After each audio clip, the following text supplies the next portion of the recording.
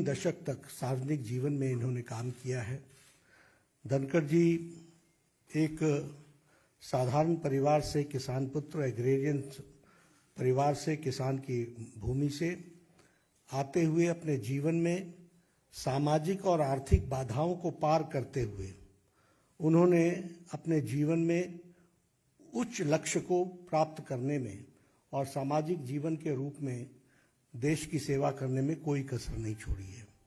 जैसा मैंने बताया कि वो एक किसान परिवार को बिलोंग करते हैं और उनका लालन पालन झुंझुनू के एक डिस्ट्रिक्ट के गांव में वहाँ हुआ और गांव के स्कूल से पढ़ाई करते हुए उन्होंने सैनिक स्कूल चित्तौड़गढ़ से अपनी शिक्षा ली। बाद में वो राजस्थान यूनिवर्सिटी में फिज़िक्स की उन्होंने पढ़ाई की और साथ में एलएलबी किया। वह फर्स्ट जनरेशन के प्रोफेशनल हैं, यानी वकालत के रूप में वो फर्स्ट जनरेशन में वकील बने और बहुत ही कम समय में उन्होंने अपने आप को राजस्थान हाई कोर्ट में एक सक्षम वकील, एक प्रसिद्ध वकील के रूप में स्थापित किया और साथ ही साथ सुप्रीम कोर्ट में भी उन्होंने अपना नाम एक वकील के रूप में स्थापित किया। So he is a first generation lawyer, first generation professional. और सार्वजनिक जीवन में आने से पहले वो एक प्रतिष्ठित वकील के रूप में उन्होंने अपने आप को स्थापित किया। वो सुप्रीम कोर्ट में वकील थे जब उन्होंने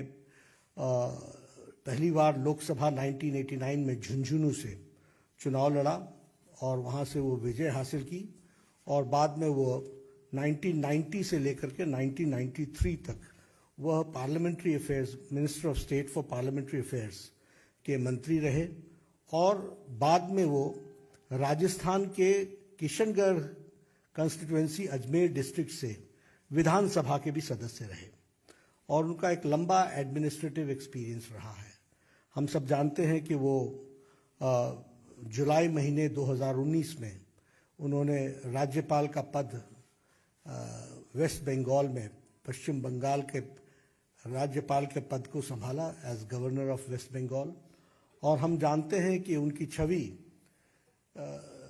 पीपल्स गवर्नर, लोगों के गवर्नर, लोगों के दिल पर राज करने वाले ऐसे शख्सियत के रूप में वो राज्यपाल के रूप में स्थापित हुए हैं और उन्होंने जिस तरीके से सार्वजनिक जीवन में सेवा की है और लंबे समय तक सेवा की है, इन सारी बातों को ध्यान में रखते हुए भारतीय जनता पार्टी और एनडीए ने ये तय किया कि किसान पुत्र, साधारण परिवार से बढ़ते हुए फर्स्ट जनरेशन के professional, fully equipped as an administrative capacity और जिनका सार्वजनिक जीवन में एक बहुत ही अच्छा योगदान रहा है, ऐसे प्रत्याशी को भारतीय जनता पार्टी और एनडीए अपना उपराष्ट्रपति, वाइस प्रेसिडेंट का प्रत्याशी घोषित करती है